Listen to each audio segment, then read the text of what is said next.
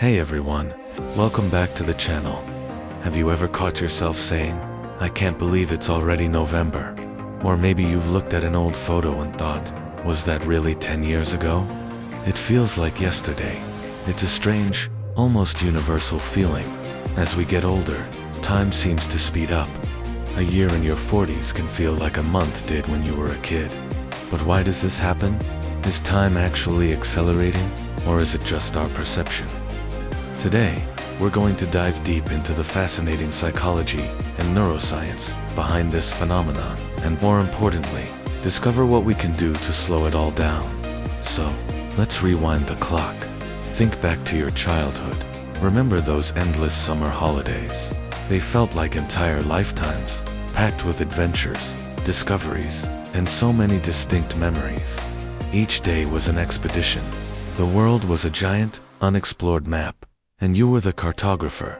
This is the first major clue to our mystery, the novelty factor.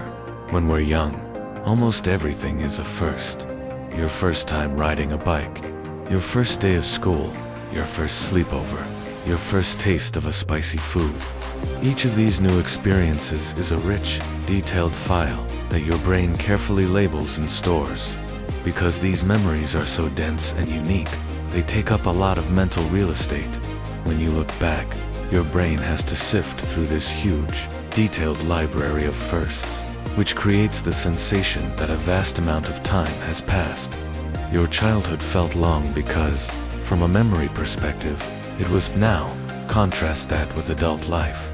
For many of us, life settles into a predictable rhythm. Wake up, commute to work, do your job, commute home, make dinner, watch some TV, sleep, and repeat. Monday blends into Tuesday, which bleeds into Wednesday. Our brains are incredibly efficient, and when faced with this kind of routine, they go into autopilot. Why create a brand new, detailed memory file for a Tuesday that was 99% identical to the Monday before it? Instead, the brain starts to compress the data. It chunks similar experiences together. Instead of remembering 365 individual days in a year, you might just have one big blurry memory file labeled work in 2024. This is what I call the routine trap. When you look back on a year filled with routine, there are far fewer unique mental markers to navigate. The journey from January to December feels like a short, direct flight instead of a winding, scenic road trip. The chapters of your life story become thinner and thinner, and the whole book seems to fly by. But it's not just about memories and routines.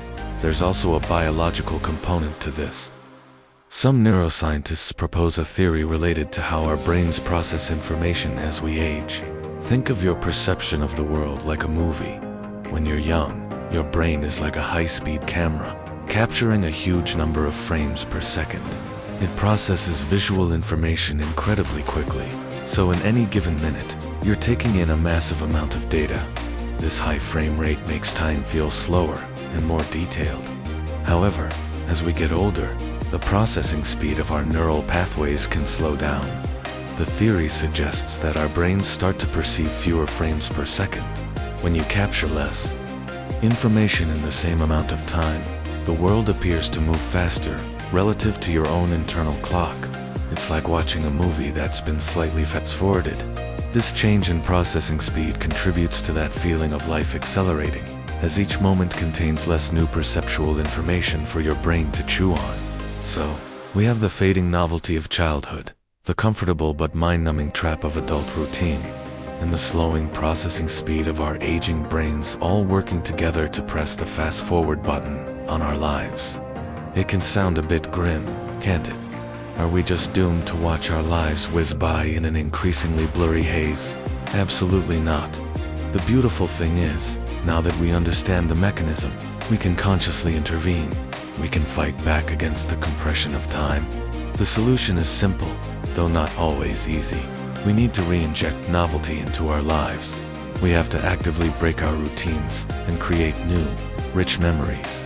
This doesn't mean you have to quit your job and travel the world, though that would certainly work. It can be much smaller. Learn a new skill, like playing the guitar or coding. Try a new recipe every week. Take a different route on your commute to work.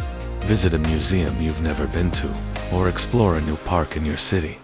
Start a conversation with a stranger. Read a book from a genre you'd normally ignore. Each of these new experiences, no matter how small, forces your brain out of autopilot. It has to create a new memory file, a new chapter. It has to pay attention. When you learn something new, you're forging new neural pathways, essentially giving your brain a workout and keeping it flexible. By consciously seeking out novelty and embracing the discomfort of the unfamiliar, you are actively creating those distinct mental landmarks that stretch out your perception of time. You're giving your future self more unique memories to look back on, making the tapestry of your life richer, more vibrant, and feel significantly longer. The goal isn't to literally add more hours to the day, but to fill the hours we have with more life. It's about choosing to be a participant rather than a passenger. So, this week, I challenge you to do one thing you've never done before. It could be anything. Break the routine, make a new memory, slow down time. Thanks so much for watching. If you found this interesting, give this video a like and hit that subscribe button for more explorations into how our minds work. And I'd love to hear from you in the comments. What's one new thing you are going to try to slow down time? Until next time, stay curious.